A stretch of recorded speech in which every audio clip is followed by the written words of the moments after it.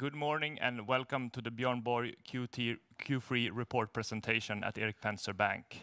We will listen to CEO Henrik Bunge and CFO Jens Nyström as they present the Björn Borg Q3 results. After the presentation, there will be a Q&A session and viewers will be able to submit questions during the presentation. With that said, I leave the word to you, Henrik, and welcome. Brilliant. Thank you, Hjalmar, and we're happy to be back. But first, on this gloomy fall day, it's raining in Stockholm and it's a bit dark. And some might say that the financial numbers around us are a bit gloomy as well. But in those times, you simply need to look a bit closer to find the real strong victories. So I'll take you on a bit of a journey. I'll share with you a story that really made me super, super proud.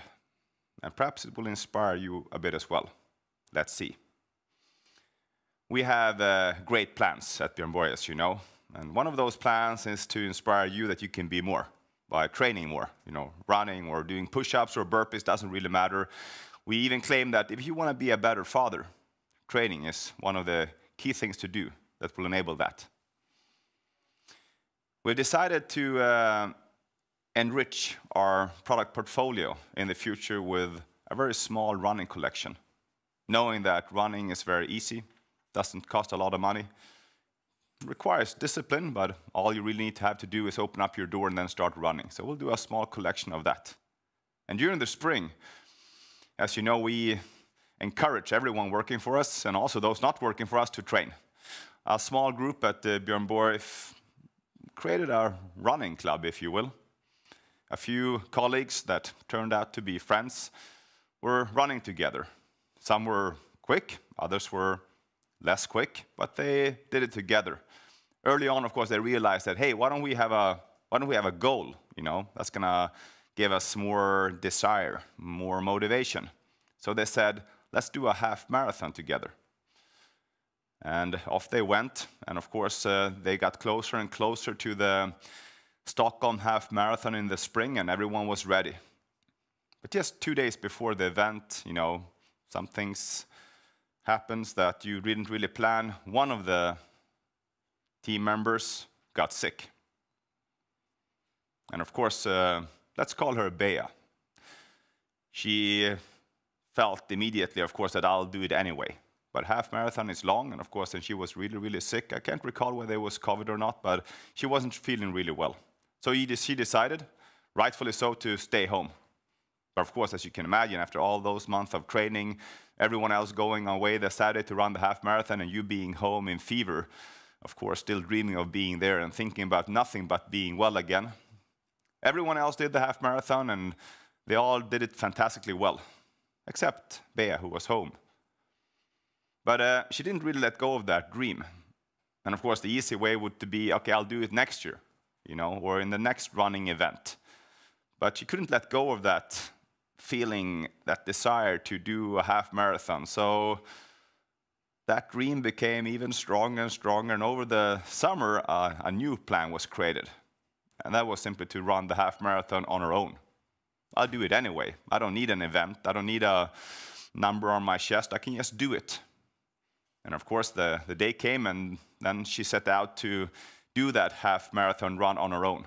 But she was not alone, because of course her running colleagues from the spring, they decided to join her. So on a October night, just 3 weeks ago on a Thursday, she went out to reach her impossible goal to run a half marathon. And side by side was the colleagues that already did the half marathon in the spring, but decided to do that together with her. And actually, just a few kilometers before the race was done, even more colleagues joined Bea in her, task to fulfill her dreams. And later that evening, she managed to run a half marathon. And of course, the fulfillment of accomplishing something that you really set out to do is fantastic. But I think also it showcases really what Björn Borg as a brand is all about. So having clear goals, having passion, but also compassion. Having people around you that will help you, remind you that, yes, you can do it, and share, the struggles and obstacles, but also, of course, the victories with you. And I think, if you want to build a strong brand, it's all about fueling that brand with emotions that will enable you and want you to be a part of that journey. And we are on a run when it comes to that. This brand is built on values and a strong belief that anyone can do anything, and that the key enabler is training. So with that said, looking at Q3, even though that's probably one of the biggest victories of the year, in terms of our financial numbers, that is also showcasing. So we see a record quarter. So never have more consumers bought clothes, underwear, socks, and bags from us than what they did in Q3 2022. Absolutely fantastic. And we also, of course, see a number of highlights when you dig into those numbers. One, of course, being a very, very strong own e-com growth. Another one that our sports apparel is continuing to grow. When we look at the results, we know that the reality is not currency neutral, and you can't really take away non-occurring items. But I think my job is also to showcase you the true business. And I think by taking away those one-off effects, it's going to be easier for you to evaluate whether what we're doing is good or great or perhaps not so good. So if we take out those stuff that is impacting us this year, so we can compare versus last year, our profit is also higher than ever. However, of course, if you throw these things in, predominantly then the US dollar exchange rate, but also one-off costs associated to paying back contribution, but also a long-term incentive plan, our profit is just above 30 million, so still a solid quarter. But the underlying business, comparing like for like versus last year, shows fantastic results, both top line as well as bottom line. But there's other signs you should look for when you're evaluating how strong the brand is. So just showcasing, two ordinary consumers, if you will, both paying full price for our products simply because they want to be a part of our family. I don't really know. On the left here, if you can see her, it's Kenza. One of the most influencing influencers that we have. To date, 1.7 million followers. We noticed that she was wearing one of our crew necks earlier this year, and we were a bit surprised because, of course, we had not sent it. She has not received it from any one of us. And of course, curious and intrigued, we start investigating a bit. And as it turned out, Kenza bought that at Zalando. And of course, this is an individual that has a whole business idea built on receiving things. And yet deciding that product I want so much, so I will go and buy it myself. That's a clear sign of brand strength. And then, of course, we have another guy, Messi. I'm not sure if you heard of him. He does a bit of football. Occasionally, is having just shy of 400 million followers.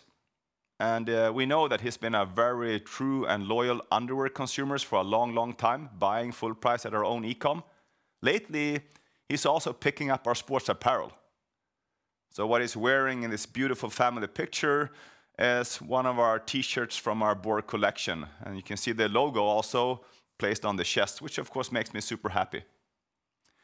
But these are of course great individuals with fantastic careers, but it showcased that we have something going on. There's something, cooking within the brand. And I think it comes from those stories around Bea, that we have an authentic, genuine approach to training and really enabling and want everyone to understand, how easy it is to become a better version of themselves. And the key elements of that is to surround yourself with people or brands that remind you that even though it is a rainy and gloomy, Friday morning, and yes, the US dollar is super high and the inflation is tough, that if you want to have a better Friday, you think less of that, and then you have some friends reminding you that, why don't we go out and play a bit of paddle instead? Or do a bit of running, or perhaps a bit of push-ups. And sometimes you might enjoy that training, sometimes not, but afterwards, there will be a very fulfilling feeling of accomplishment. And that's what this brand is all about. So with that said, again, welcome to our Q3 report, and just then our brief reminder on where we're heading, just so we don't forget. So our long-term ambition still is to build the #1 sports fashion brand. Well, we even say it's going to be a global brand. And okay, well, we need to start out first in Northern Europe. Our mission is to inspire people. Our long-term financial objective is to grow, of course, and do that in a profitable manner. And our business strategy is to increase our share of online business, grow our sports apparel business, and then expand geographically, but focusing really on Europe and Germany. And with that said, of course, where did we land then in Q3? So looking at the brand, so we see signs of consumers picking us up that don't need because they're receiving goods from everyone, but still wants to be a part of our brand. And we see that, of course, also in our brand track. So to repeat myself from the last quarter report, so every week we ask more than 400 consumers, randomly pick in all of our markets, various different questions, just trying to understand, what is their feeling of our brand? What do they think about what we're doing here? And here we see brand awareness for women in Sweden is up 53%. Brand awareness for women in Holland is up 48%. And brand top 3 for him in Sweden is up 21%. So of course we see that the brand is also getting stronger and stronger. And I said this, I don't know how many times, but there's actually only 2 things that makes us unique at Björn Borg. And one is Bea. All the 164 employees that works for us right now, because they cannot be anywhere else. So we need to make sure we create an environment that can be the best version of themselves. That's one thing that is unique. And the second one is our brand. Everyone else is having black t-shirts and underwear and computers as well. But the brand is something that we own, and the people working for the brand is only working for us. That's when we need to focus. And of course, that's why it's so important to see that the brand is getting stronger and stronger. Looking ahead, of course, it's also then reflected in both the categories. So you might wonder then, hey, okay, this move into sports apparel, will you not lose then the #1 position in men's underwear? And the answer is, not if you do it right. And here we can see that not only are we growing, purchase intent for sports apparel, we're also growing it for underwear. Meaning, of course, that we're really fueling the brand with a lot of strength. So it doesn't matter which category we're offering, consumers just want to pick it up and buy even more.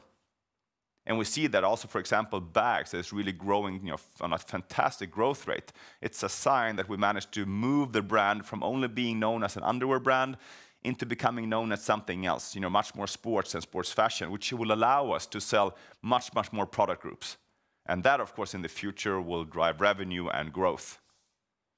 Looking at the top line development then, as I said, so it is a record sales, highest sales in a single quarter. As well, looking at the first 9 months, that's also a record sales. So doing, 255 in the quarter is absolutely fantastic, and growing then 5% versus last year. So that's fantastic. Look at our own markets. We see, strong growth in some of the markets, but we also see decline. So Netherlands and Belgium is declining. It's super good to see that Germany is back on track. Of course, that's predominantly Zalando. You know that we had a very, very tough quarter with Zalando in Q2. It's picking up a bit again, which is fantastic. We also have Tennis Point, About You, and another pan-European retailers based in Germany. They're all getting back on growth mode. Our distributors are doing fantastic, driven by Norway, but also UK. So that's super, super good. So most of the countries are showing strong growth numbers as well. The online development, as we spoke about, so many, many years ago, we said we want to increase our focus online. That's slowing down a bit, and of course that's driven predominantly then from 2-3 big pan-European e-tailers that are declining with us. So looking at the full year numbers, but also the Q3 numbers, we see a decline in e-tailers. So even though our online business is growing on a very, very strong and steady pace, the e-tailers are continuing to have a very challenging environment. And I think here, I think we could do even better work, even though, of course, we just need to understand as well that the market is slightly changing. So we're back a bit how it was before the COVID. So it's lower traffic, more people actually buying from brick and mortar stores. And of course, we also see that, a lot of the e-tailers is sitting on quite big inventories. And of course, that's also why they're not purchasing as much. But nevertheless, looking ahead, 6 months, to a year and even longer, we still believe that the transition towards a growing online trade will also continue. And then here, the different channels. So own retail, of course, continuing to struggle. So comp stores are also declining. Our online business is doing fantastic. So we're growing 28% versus last year. However, of course, throwing all the e-tailers, we're actually declining in the quarter. Looking at the wholesale business and the distributors, here we see a strong growth of 10% versus last year, driven by Denmark and Finland that is doing really, really well, but also Sweden is growing. And on the distribution side, of course, we have UK and Norway that's doing, very, very strong growth numbers. So with that said then, looking at the categories, so of course a sign that there's a lot of things working for us, sports apparel off court 13% up, the on court is 36% up, so in total then apparel is growing 21%, and so I think that's really, really strong. Looking at bags, it's up 72%. We do have a decline in underwear, and again, as I said, also for Q2, that's related to the e-tailer drop. Footwear is declining, but more of a timing impact, of course. And then we have eyewear, which is a very, very small category for us. But nevertheless, of course, the intention is to start growing, of course, all of the categories. But the number one focus, as we've been talking about for many, many years, is really to get the sports apparel working for us, while at the same time, of course, maintaining our underwear business. So I think with that said, so you don't get bored of me, let's have Jens on stage and run through a bit of bottom line numbers and our financial status. So Jens, fire away. Thanks a lot, Henrik. Yeah, it's a pleasure to be here. Welcome also from me. And I've said it many times when I'm standing here that one of the things that makes Björn Borg so great and why I love to work here is the people that I have around me every day. And if we call her Bea, come by our headquarters and I will introduce you. She is not just a fantastic runner, she's also an amazing person, like all the other colleagues that I work with every day. So please come by our headquarters, do some training with us. I will introduce you to all the fantastic colleagues that we have. Simply amazing. Looking at then the P&L and the bottom line that we can see, so we have a bit of a challenge in the gross margin if we go from left to right on this slide. And as Henrik was alluding to previously, you need to scratch the surface to see how fantastic we're actually doing on the operational side of things. The gross margin is affected negatively by the weak Swedish crown versus mainly the US dollar. So if we, as Henrik said before, if we look at this currency neutral, we're actually growing our gross margin in the quarter and also year to date, in fact. But nevertheless, the world is not currency neutral and we have to face these challenges, which we will obviously. In terms of the operating profit, so we show 31 million in the quarter versus 52 last year, same quarter. Obviously, just looking at the numbers, a drop of around 20 million versus last year.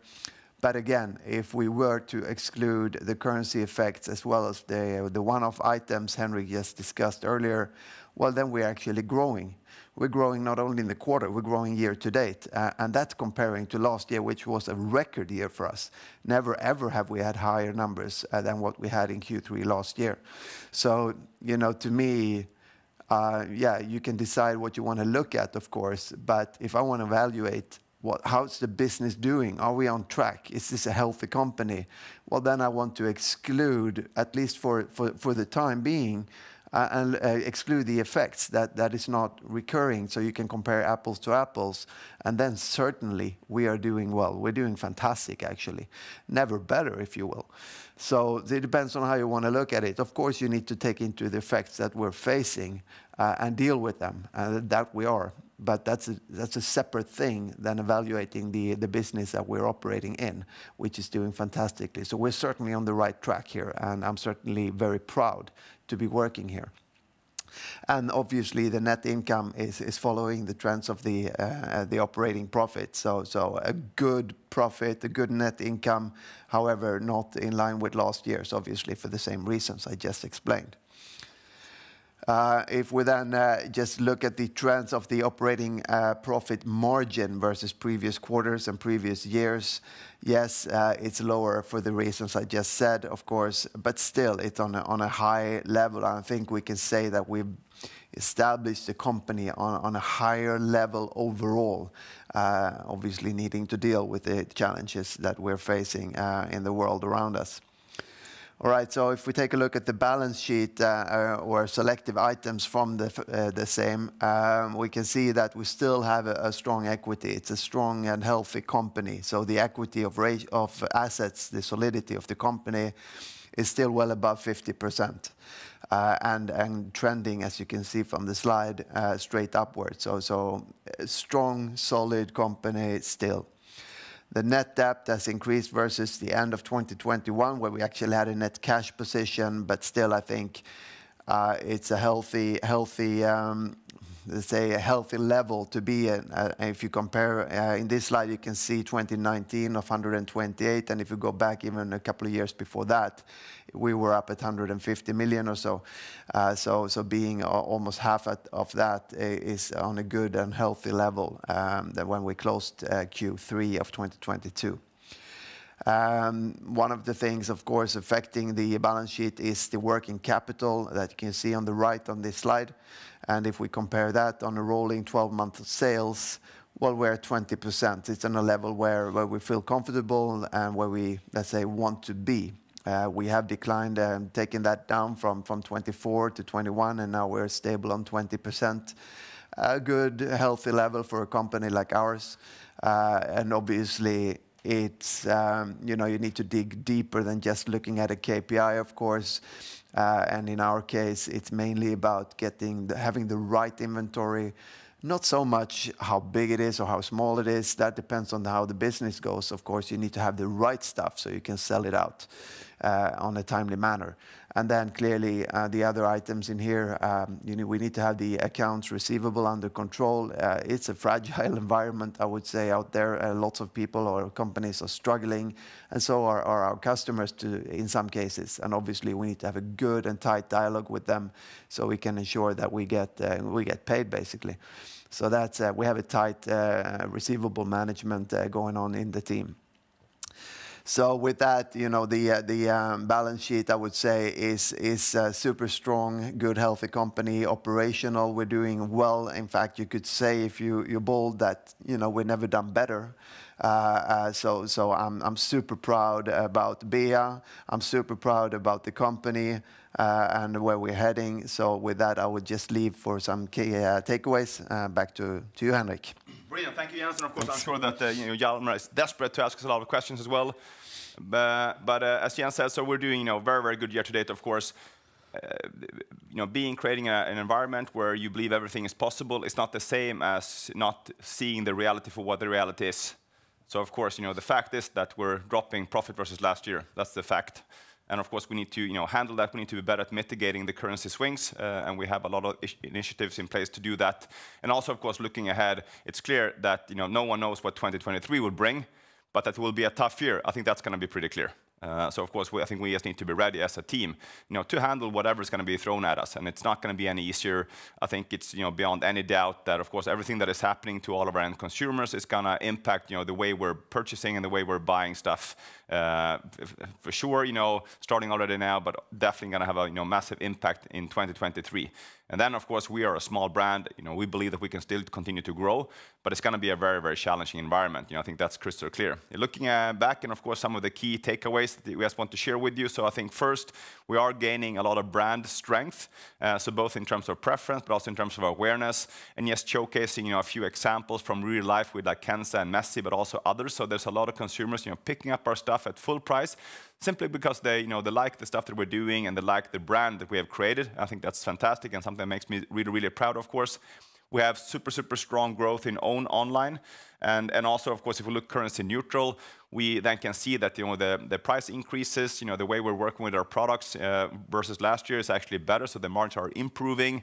However, of course, the currency play a massive role here and, of course, has a massive impact on our gross margin. So year to date, it's still under last year, but again, that's only due to US dollar. And then last, of course, sports apparel is continuing to grow. super, super important. You know, we're up 21% in the quarter, and that's now, you know, I think the fifth or the sixth quarter we will see ongoing sports apparel growth. That's very, very important because, of course, that arena is just huge, and of course, there's untapped potential in how big we can become, you know, even if we stay within the existing markets. So that's a very, very strong sign. So, you know, with that said, you know, thank you for listening in. I hope you like what we're doing as much as we're doing. And again, as Jens said, you know, anyone is welcome out on Fridays. We do our sports hour 11 to 12. And you can see the team, but also, of course, you know, get a feel for their products. But we really feel that we are on something here, and we see a lot of signs that what we're doing is working really, really well. Having a lot of respect, of course, that the reality and the future is looking very, very tough. So we need to be ready and need to face, you know, whatever will happen with determination and, of course, the belief that we can still, you know, reach our long-term goals. So with that said, you know, thank you so much for listening in. And Hjalmar, I'm sure that you're ready to fire away with a few questions. Yes. Thank you so much, Henrik and Jens, for the presentation. I was thinking we could start off with the growth in the own online. Of course, like you mentioned, this is a strong growth in the quarter. Can you elaborate a bit on the main drivers in terms of segment? Is it sports apparel that grows? And maybe give us some flavor on the average price reduction in the own online in Q3. No, I think, well, all the categories are growing. Some of the smaller ones, like footwear and bags, are growing, you know, super, super high. But I think the main growth driver on e-com is apparel. So that's, you know, super, super good. And actually what we see is that women's apparel is having a fantastic momentum. And, you know, I think the major explanation to our strong e-com growth is, you know, is probably two or three. I think one would be that we last year we said, okay, let's build up a stronger internal team, you know, take more control. We saw back then that you know, traffic was increasing. It was, you know, tougher and tougher to get the same traffic with the same investments. There was a lot of changes on Instagram and on Google, and we really felt that, you know, hey, let's take that in control. Let's, you know, build up an internal competence center that could do that, and we did that. And of course, those individuals started then, you know, at the end of last year and the beginning of this year, and now we see you know, a full impact. So of course, a lot of the KPIs that we're measuring, we can see that, you know, they're really increasing, you know, our conversion. They're making our newsletters, you know, a lot better. So of course, a lot of that stuff is helping us to grow versus last year and also grow versus, you know, our competitors. And then I would say that, you know, the whole, you know, influencer, you know, program that we're currently having, where we're working not only with discount codes, but also, of course, creating strong content. That's also driving a lot of growth. I think especially in perhaps the smaller, you know, more immature markets, we still see, you know, very, very strong ROAS numbers on influencer collaborations. We see, you know, that Sweden and Germany, of course, is much more of a mature market and harder to make, you know, strong, you know, payback cases on. And then I think the last, of course, you know, we have invested, you know, a lot of money, but, you know, very focused on our brand, and of course, with the brand getting stronger, and of course, also our e-com business is getting stronger. So I think those three combined is the result. So a strong team in place, you know, a very strong cooperation between the departments, and then overall, of course, the brand that is getting stronger and stronger. That's really fueling our online growth. That is doing really, really well. And not only growth, also we see that our profitability is increasing as well, year to date versus last year. So, you know, the profit is also, you know, coming with the growth. So it's not like we're, you know, investing, so we're making less money, even though we're growing. So I think that's stuff that I would look at if I would evaluate our own e-com business. So super, super good. Very, very happy. Thank you. And on the subject of marketing then, do you believe that the levels that you had in Q3 are these sustainable levels, or do you need to increase them going forward? I imagine, of course, that there is some inflation component in that as well. So maybe you can elaborate a bit on this. Yeah, no, so I think, you know, overall, you know, we're planning to invest between 7 and 8% of our total sales in marketing. So that's been the same, you know, this year, but also last year. And I think that's where we want to be. And of course, it could be a bit of swings between the quarters, but overall, you know, between 7 and 8%, that's what we want to invest. And then, of course, it's the, you know, the billion-dollar question is, okay, how do you invest that kind of money? And here, of course, we see that, you know, a lot of the investment goes into online marketing, you know, paid search, for example, but of course also, you know, influencer programs. But then we have, a number of really, really strong, partnership, like with Barry's, for example, here in Stockholm. We have Tough Viking working really, really fantastic. So a super cool, obstacle race in Sweden and in Norway and Finland. You should sign up and try it. It's, absolutely brilliant. So we're doing a good collaboration with these people. We also have a number of, paddle clubs that we're supporting as well. So it's a bit of a mix, between, events where you go and do something like a Tough Viking.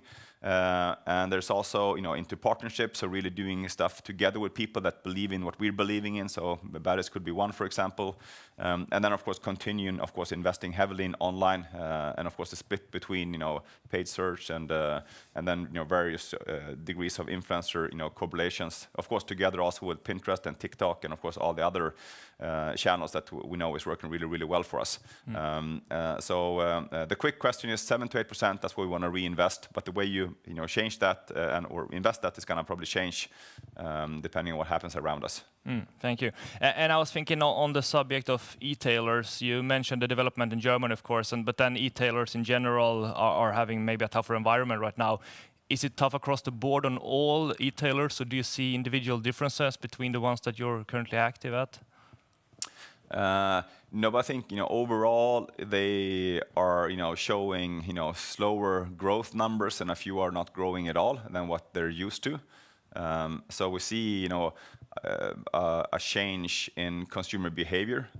So we're shopping less online, or we're not shopping as much as we were projected to do. So we see that the traffic is declining with most of the e-tailers. And then, of course, on top of that, of course, we do believe that people are waiting a bit with doing their purchases, and of course that's also impacting e-tailers, but of course also other store formats. And then I think we can conclude as well that of course many of the e-tailers, at the back of COVID, had fantastic growth numbers, and of course if you want to grow, you need to buy.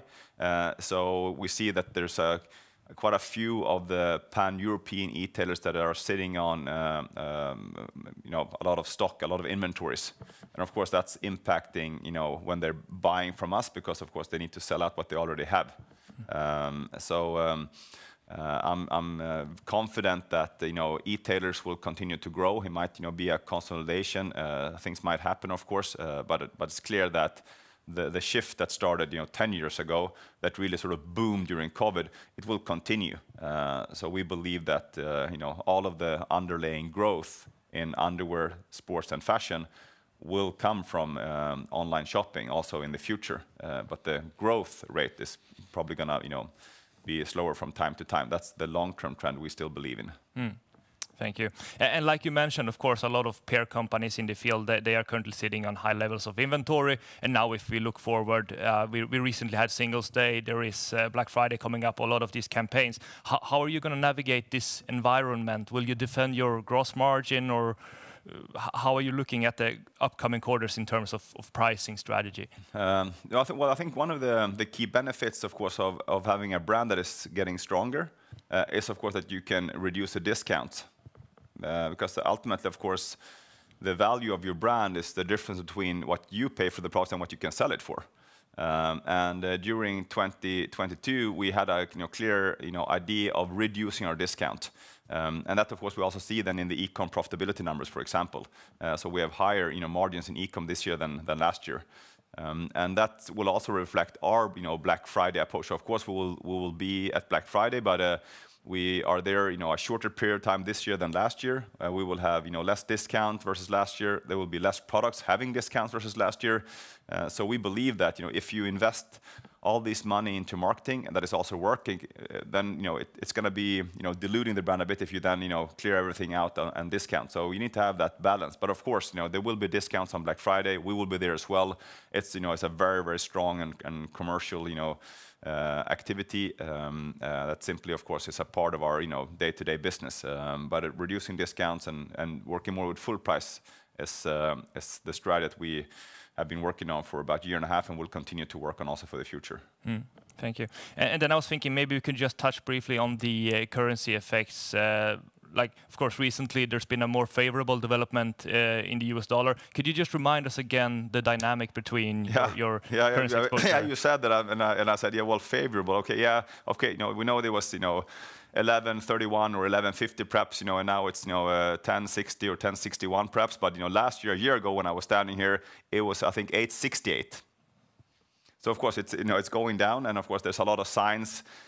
Just looking at the macroeconomics around us, that will at least indicate that the US dollar or the euro probably will strengthen even further. I think it was 103 yesterday, but who knows? At least I think our view is that the currency will be what the currency will be. We need to be better at mitigating the swings, and also we need to constantly move into much more production that is purchased in the same currency as we're selling. So I think that's what we are working on. But it's clear, with 50% of everything that we buy in US dollar, and we sell almost zero in US dollar. And then, of course, you can imagine buying at 8.68, and then you sell in SEK or in euro, from buying at 10.61 or 11.30 or like it was just a month ago. Of course, massive impact. Very, very tough to handle. And then, of course, you could debate whether you want to hedge, but again, you only push the problem ahead a bit. It will be more transparent, of course. But we believe that there's 3 things that we need to do. So number 1, of course, reduce our dependency on markets where they produce in US dollar. So that's something that we're doing, of course.